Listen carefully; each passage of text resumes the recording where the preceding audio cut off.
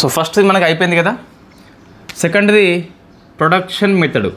So ఇది బాగా వినండి, ఒక ఎగ్జాంపుల్తో ఈజీగా అర్థం చేసుకోవచ్చు. దీన్ని జీవీఏ అని చెప్పేసి పిలుస్తాం, గ్రాస్ వాల్యూ. సో ఇది వెరీ ఫేమస్. ఎందుకోసం అంటే చిన్న ఎగ్జాంపుల్ అర్థమైతే తెలుస్తుంది. మన ఇండియా లోపల ఎక్కువ ఉపయోగించేది ఇదే అండి. అంటే ప్రాథమిక రంగం మొత్తము, పరిశ్రమల లోపల రిజిస్టర్ అయిన వాటిని, దాంతోపాటు ఈ అర్బన్లో ఉన్న కన్స్ట్రక్షన్ ఏదైతే ఉందో సో దానికి ఈ మెథడ్ మనం ఉపయోగిస్తాం. సో ఇంతకుముందు మనకేమున్నది, ఎక్స్పెండిచర్ని మనము రూరల్ కన్స్ట్రక్షన్లో ఉపయోగిస్తే ప్రొడక్షన్ మెథడ్ని మనము అర్బన్ కన్స్ట్రక్షన్లో ఉపయోగిస్తాం. Right, okay right. ఫస్ట్ చూస్తే what is the production method. ఒక చిన్న ఎగ్జాంపుల్తో మనం ఈజీగా గుర్తుపెట్టుకోవచ్చు. ఫస్ట్ ఇది ఒక సాయిల్ అండి, అంటే నేల అని చెప్పేసి పిలుస్తాం. ఇది మనకు ఎన్సీఆర్టీ పుస్తకంలో ఏమున్నదో అది ఎగ్జాంపుల్ మనం తీసుకుంటున్నాం. ఇక్కడ మనకు ఖనిజము అని చెప్పేసి ఉంటుంది కదా. సో మైన్స్ చేస్తేనే మనకు ఖనిజం వస్తుంది బయటకి, తవ్వాలి కదా. తవ్వితే మనకు బయటకి స్టీల్ వచ్చింది అనుకోండి. సో స్టీల్ వచ్చింది. నెక్స్ట్ దీని నుంచి మనము ఇంజన్ తయారు చేసినాం. మీరు ఒకసారి చూస్తే ఎన్సీఆర్టీ 12th పుస్తకం లోపల ఇట్లా మీకు పటం వేసి ఉంటుంది. సో ఇంజన్ అని చెప్పేసి వచ్చింది, ఇంజన్. దీని నుంచి ట్రాక్టర్ వచ్చింది. సో మనకి లాస్ట్ ఫైనల్లీ ట్రాక్టర్ వచ్చింది. ఇది మనకి final good, it is final good. ఇవేంటి, ఇంటర్మీడియట్ గుడ్స్ ఇవి కూడా. సో మన స్టీల్ వాడు అమ్మినప్పుడు 1,00,000 రూపాయలకి అమ్మిండు అనుకోండి, 1,00,000 రూపాయలకి అమ్మిండు. ఇంజన్ని 4 lakhsకి అమ్మిండు అనుకోండి, 4 lakhsకి అమ్మిండు. ట్రాక్టర్ని 10 lakhsకి అమ్మిండు అనుకోండి, 10 lakhsకి అమ్మిండు. సో ఫస్ట్ వాడు కష్టపడి మ్యానింగ్ చేసి స్టీల్ని బయట తీసినాక 1 lakh అమ్మిండు. ఆ కొనుక్కున్నైనా ఇంజన్ తయారు చేసిండు, ఇంజన్ని 4 lakhsకి అమ్మిండు. ఇంజన్తో ట్రాక్టర్ తయారు చేసి 10 lakhsకి అమ్మిండు. మొత్తం మనకి అవుట్పుట్ ఎంత వచ్చిందండి. సో గ్రాస్ వాల్యూ అంటున్నాం ఇక్కడ, మీకు ఎక్కడైనా గ్రాస్ అని చెప్పేసి వస్తుంది.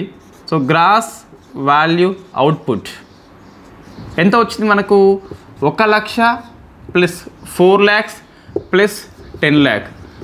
సో 1 + 4 5 + 10 15 అని చెప్పేసి పిలుస్తాం. It is called gross value output. Telugu words ఇక్కడ అడగద్దు, తెలుగు వర్డ్స్ మనం కరెక్ట్ రాదు ఇక్కడ వాస్తవంగా. ఇదే మనకి ఈజీ గుర్తుంటుంది. ఇదే మీరు గుర్తుపెట్టుకోండి, మీకు ఈజీ ఆన్సర్ వస్తుంది. వాట్ ఈస్ ద జీవీఏ అంటే. ఇప్పుడు దీంట్లో ఇది అంతిమ వస్తువు, ఇవి రెండేంటి మనకు. సో ఇంటర్మీడియట్ వస్తువులు. So intermediate good value, intermediate goods. So మనము జీడిపి లోపల వీటిని లెక్కిస్తామా, లెక్కించము. సో ఇంటర్మీడియట్ గుడ్స్ ఎంత ఉన్నది, ఇది 1 + 4 అని చెప్పేసి పిలుస్తాం, 5.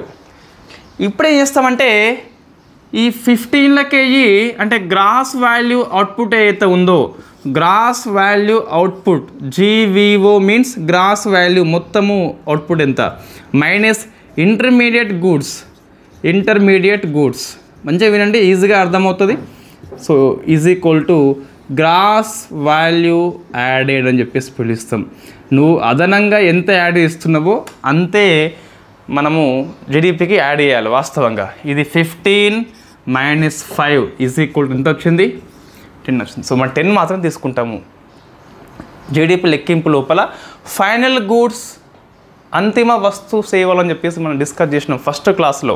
అంతిమ వస్తువు 10 కాబట్టి 10 వచ్చింది.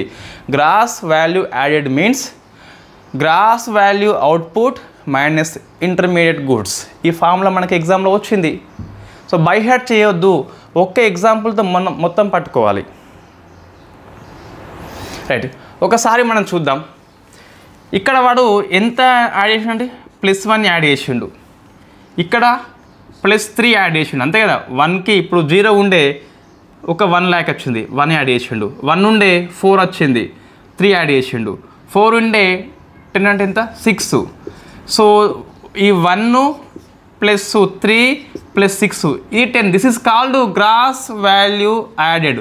ప్రతి దశలో అదనంగా వచ్చిన విలువను మాత్రమే మనం చేరుస్తాం. This is called gross value added. అట్లా కూడా అయిపోవచ్చు. నేను 2 రకాలు చెప్పిన. ఒకటేమో ఫస్ట్ది బేసిక్ గ్రాస్ వాల్యూ అవుట్పుట్ నుంచి ఇంటర్మీడియట్ తీసి పడిస్తే వచ్చేది గ్రాస్ వాల్యూ యాడెడ్. ఒకటి 10 వచ్చిందండి, ఇది మొత్తం 15 కదా, లోపలికి 5 పోయింది కదా ఇంటర్మీడియట్ గూడ్స్, సో 10 వచ్చింది, ఇది కరెక్టే. ఈ దశలో 1 యాడ్ చేసిన, ఇక్కడ 3 యాడ్ చేసిన, ఇక్కడ 6 యాడ్ చేసిన, ప్రతి దశలో అదనంగా వచ్చిన విలువను యాడ్ చేస్తే మనకు వచ్చిందే గ్రాస్ వాల్యూ యాడెడ్. ఇది మనకు జీవీఏ అని చెప్పేసి పిలుస్తాం. ఈ జీవీఏ మనకు ఇది జస్ట్ వస్తువు ఉత్పత్తి అయింది అంతే. ఎంతకు 10 lakhsకి అమ్ముతాడా వాడు? సో మంచిగా వినండి, చాలా ఇంట్రెస్టింగ్ సబ్జెక్ట్ ఎకనామీ, మంచిగా అర్థం చేసుకుంటే. So 10 lakh it is only production value. So దీన్ని మనం బేసిక్ ప్రైస్గా పిలుస్తామండి ఎకనామీ పరిభాష. దీన్ని it is called basic price. Why? Because ఇంకా మనం ఇది మార్కెట్లోకి పోలేదు, మనకి జస్ట్ వాడు వేసిందంటే ఉత్పత్తి చేసింది అంతే. వాడు వస్తువు అనేది ఇంకా ఫ్రెష్గా ఏకదం అప్పుడే బయటకు వచ్చేసింది ఇంకా. సో అది it is called basic price మనకి. సో జీవీఏ అనేది మనము బేసిక్ ప్రైస్లో చెప్తాము. Why? Because it is basic, మార్కెట్లోకి పోలే అది.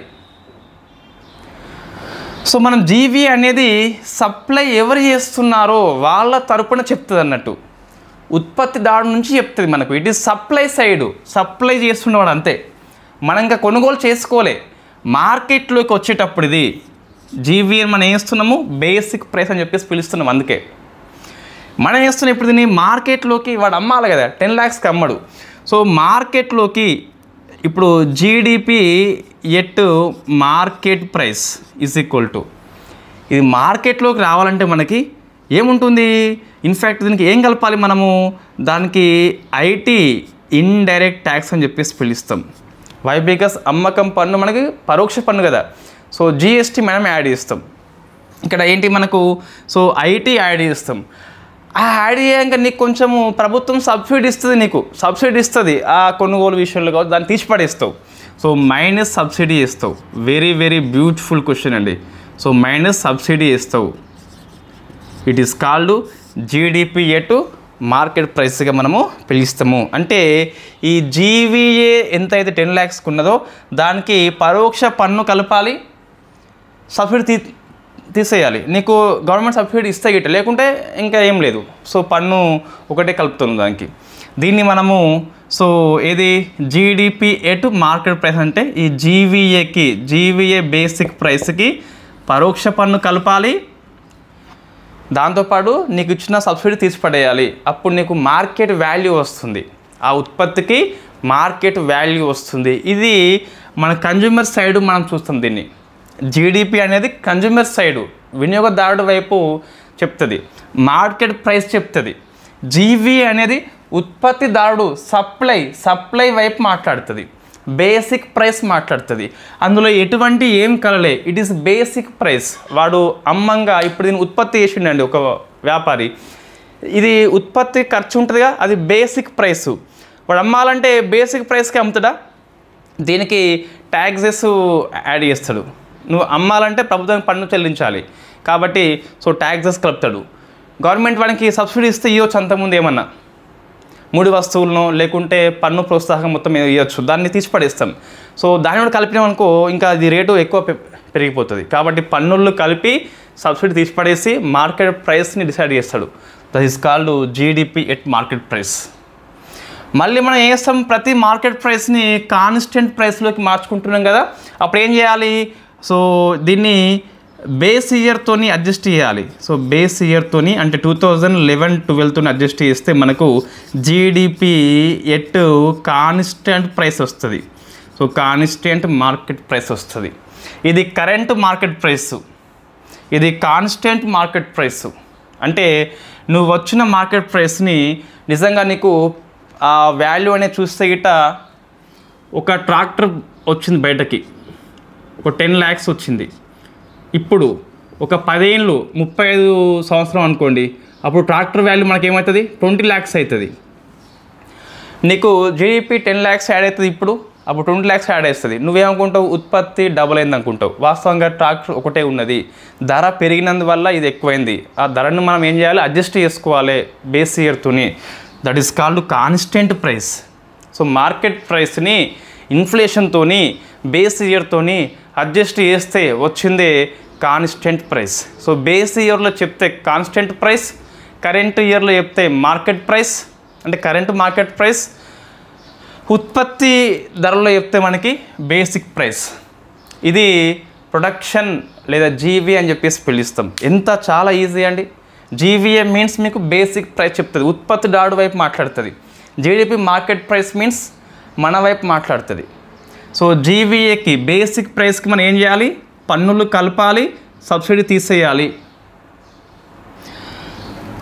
మార్కెట్ ప్రైస్ వచ్చింది, కరెంట్ వచ్చింది. సో కరెంటు నీకు కాన్స్టెంట్ ప్రైస్ రావాలంటే, నిజమైన ఉత్పత్తి తెలవాలంటే బేసిక్ ప్రైస్లు అంటే ఈ బేస్ ఇయర్లోకి మనం మార్చుకోవాలి. 11, 12, 18 ఉంది కదా, దీన్ని కాన్స్టెంట్ ప్రైస్గా పిలుస్తాం అన్నట్టు. ఎంత easy. So GVA at basic ప్రైస్కి పరోక్ష పన్ను కలిపి సబ్సిడీ తీసిపడేస్తే వచ్చింది GDP at current market price. ఈ కరెంట్ మార్కెట్ ప్రైస్కి బేస్ ఇయర్లో ఉన్న దాంతో మనం కంపేర్ చేస్తే వచ్చిందే జీడిపి ఎట్ కాన్స్టెంట్ ప్రైస్. స్థిర ధరలు అని చెప్పేసి పిలుస్తాం, ప్రస్తుత ధరలు అని చెప్పేసి పిలుస్తాం, బేసిక్ అని చెప్పేసి పిలుస్తాం. సో జీవీఏ అని చెప్పేసి పిలుస్తాం. గ్రాస్ వాల్యూ అవుట్పుట్ వేరు, అందులో ఇంటర్మీడియట్ గూడ్స్ కలిసి ఉంటాయి. ఆ ఇంటర్మీడియట్ గూడ్స్ తీసిపడేస్తే వచ్చిందే జీవీఏ అని చెప్పేసి పిలుస్తాం. ఇట్లా చెప్పవచ్చు, ఇక 1 కలిపినాము, 3 కలిపినాము, 6 కలిపినాము. సో 1 + 3 + 6 = 10 అని చెప్పేసి పిలుస్తాం. ప్రతి దశలో అదనంగా వచ్చిన వాల్యూ మనకి జీవీఏగా పిలుస్తాం.